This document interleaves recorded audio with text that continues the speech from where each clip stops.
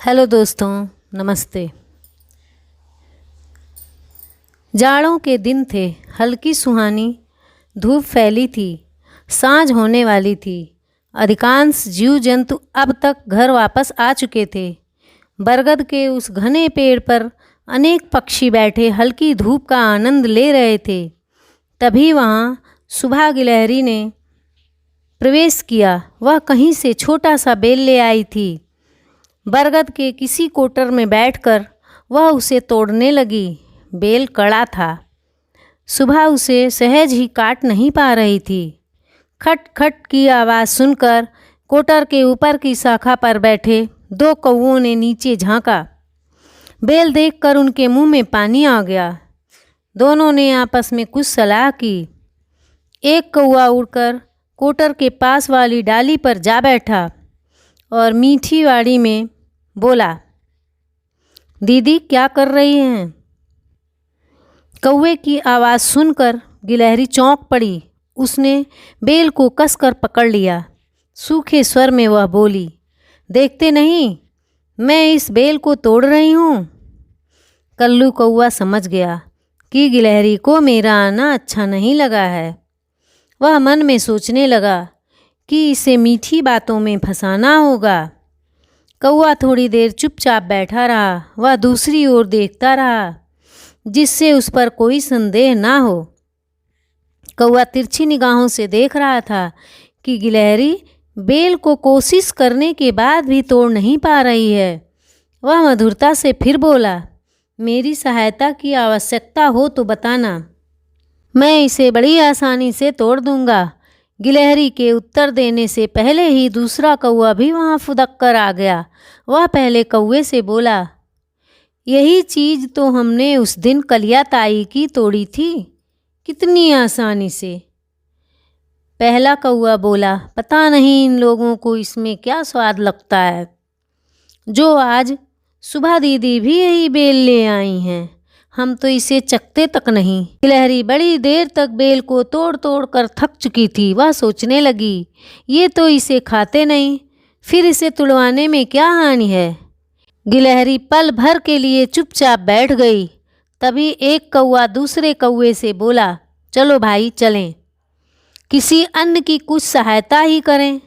हमारा यह समय तो वैसे ही परोपकार करने का है। अब गिलहरी ने उन कौवों को रुकने के लिए आवाज़ लगाई। वह बोली, भाइयों, यदि कष्ट ना हो तो कृपया यह बेल तोड़ने में सहायता करें। कौवों ने मिलकर अपने पंजों में बेल को पकड़ा और बरगद के पेड़ के नीचे उतरने लगे। पेड़ के पास ही एक बहुत बड़ी पत्थर की शिला पड़ी हुई थी। उन्होंने ऊपर से उस पर जोर से बेल को पटका। गिरते ही उसके दो टुकड़े हो गए। बीच का गूदा अलग निकल पड़ा। कल्लू कौवा और उसका साथी उस पर टूट पड़े। दोनों ने जल्दी जल्दी बहुत सा गूदा खा डाला। फिर दोनों ने रगड़कर चोंच पोंछ ली। इसके बाद थोड़ा थोड़ा बेल के गूदा के टुकड़े अपनी अपनी चोंच में दबाकर वे सुबह के पास उड़ चले। ओ दीदी, यह लीजिए अपना बेल, बहुत मेहनत लगी है इसे तोड़ने में। कौवे बोले। सुबह उसे देखकर बोली, पर इसमें गूदा तो है ही नहीं। अरे दीदी, यह ऐसा ही होता है, नाम मात्र का गूदा होता है इसमें, कल्लू बोला। कल्लू की बात सुनकर पेड़ की ऊंची शिखा पर बैठे गिद्ध से ना रहा गया। वह कौवों की सारी करतूतें देख रहा था। वह बोला, और नीचे जो गूदा खाया गया था वह?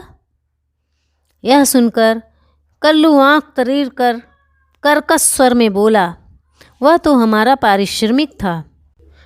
दूसरा कौवा चोंच फाड़कर क्रोध में भरकर चीखा, दादा, आपको हमारे बीच में बोलने का अधिकार ही क्या है? एक तो इतनी मेहनत की, दूसरे ऐसी बातें सुने। कहकर दोनों कौवे सुबह के आगे बेल पटक कर चलते बने। तब गिद्ध ने आंखों देखी सारी बातें सुबह को बताईं। सुनकर वह गुस्से में भड़क उठी। ओह, क्या मैं उनका झूठा खाऊंगी? कहकर उसने पंजों की ठोकर से बेल के दोनों टुकड़े नीचे फेंक दिए। बूढ़ा गिद्ध समझाने लगा, बेटी, गुस्सा ना करो, यह तो धूर्तों का स्वभाव ही है। पहले वे अपनी मीठी मीठी बातों से औरों को लुभा लेते हैं, फिर अपना स्वार्थ पूरा करते हैं। स्वार्थ पूरा होने पर उनका वास्तविक रूप सामने आता है, उससे उनके लिए घृणा ही उत्पन्न होती है।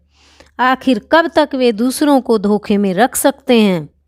गिलहरी गुस्से में भरकर जोर से बोली। सुदूर आकाश में देखते हुए दार्शनिक की भांति गिद्ध धीमे स्वर में बोला, हाँ, जीवन भी क्या जो किसी का आदर और विश्वास ना पा सके। धन्यवाद।